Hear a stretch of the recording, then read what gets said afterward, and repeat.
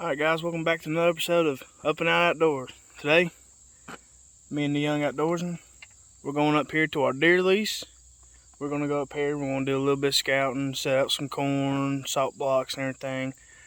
Check out the place, so camera's up. So y'all just stay tuned and tag along. Alright guys, we made it to the young outdoorsman stand. His stand is right there. I don't know how well you can see it, it's right there. But on his stand, he's got a watering hole. We just took a kiddie pool and dug a hole, put the kiddie pool in it, put rocks around it. But I don't know how well you can tell on this tree, but there's been some bears around. And when he first put it in, the bears had dug it up, punctured holes in it. But finally, after they left it alone, they finally filled up with some water. And here in this bucket, he's got corn and mineral. This is like quality horse and mule feed mineral. Just stuff you get at your local farm supply center and stuff. So he's gonna sit and dump it all out right here and get his camera set up. Well, I actually spread it out so they gotta walk around and dig for it. So that way they can kind of plow this up before October so I can sow some brassica in here. Let them do the work for me. Alright, let's get it spread out. So, I ain't got very much.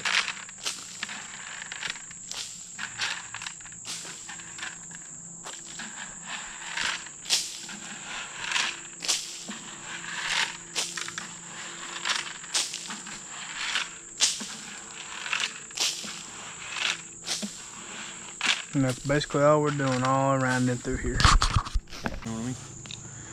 I guess now he is getting his camera set up.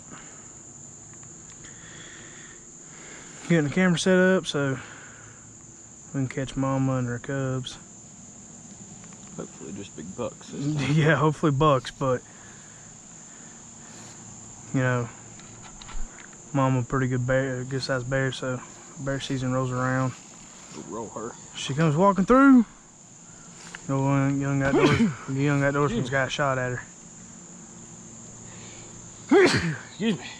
Goodness. I mean, as you can tell where we hunt, I mean it's thick down in there, like Real thick. real thick. The way you want your women thick. Camera set up. Put a stick behind it. I don't know, we are in Sawville, so we might catch the woolly booger, or aka me walking by your stand. Good possibility.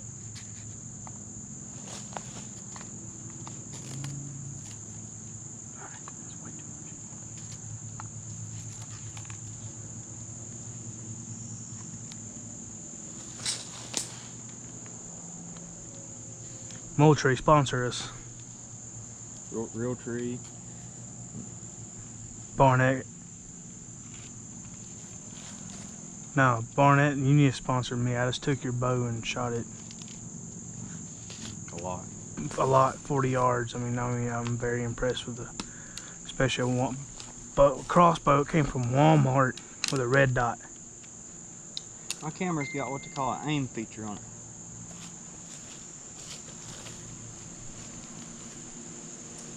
Go off. Just got the laser what comes off. Alright, there's that setup. Alright guys, we've made it to my stand.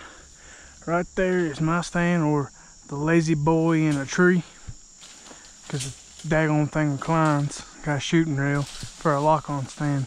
I didn't pay a bad price for it either, but that's full of corn. We emptied the young outdoorsman's. That's full of corn.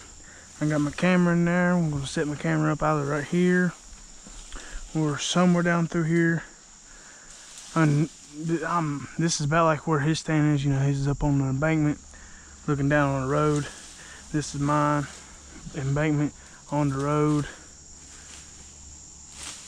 Thick, bigger than a hair on a dog's back. But on the other side, there's a fence right in there, and on the other side is that. There's a sheep field. So they're crossing from that sheep field, coming right down into here, into that thicket, heading down to the Young Outdoorsman stand. So we're gonna get this corn out, trail camera set up. We'll have it ready. Are you still filming? Alright guys, we got everything set out. We got the corn sitting right in here. Got the mineral block right there.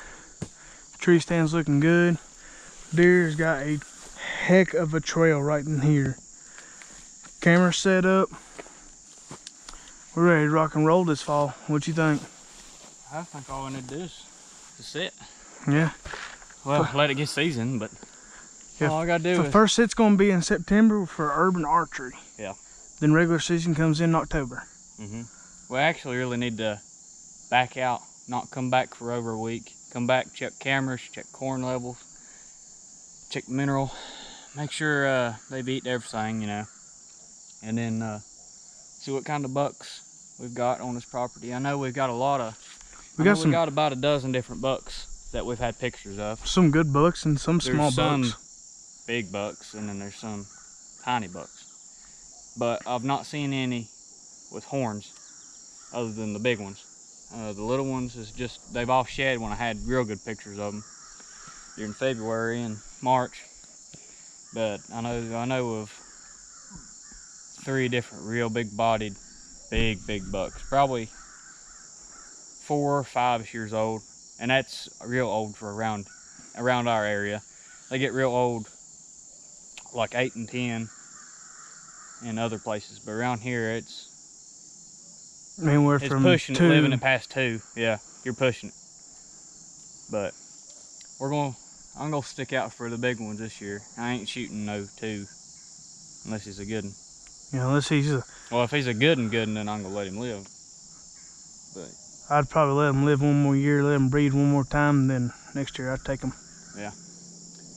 And we're going, if we got any scrappy looking bucks and some real skinny, scrawny stuff, we'll thin them out. But we definitely need to do some doe thinning. Oh yeah, for sure. I think I seen more does up here last year than I did bucks. I did too. I mean, we saw a few bucks up in here, but... And they're chasing back and forth all over the place. I mean, yeah, I mean, like, you could be sitting here and be dead quiet and you just hear... There's so many deer. There's so many deer right here that for every doe, for every 2 does, there's like 2 bucks. It's like a 1-to-1 ratio of everything. Well, there's probably more does, but the way it is, we've seen a lot more does than we have bucks, but we've got pictures of a lot more bucks we didn't know was here. But we're gonna see how it goes. But we're gonna back out of here and let everything sit for a week, week and a half. Scent get up and out of here. So yeah, we'll have this ready.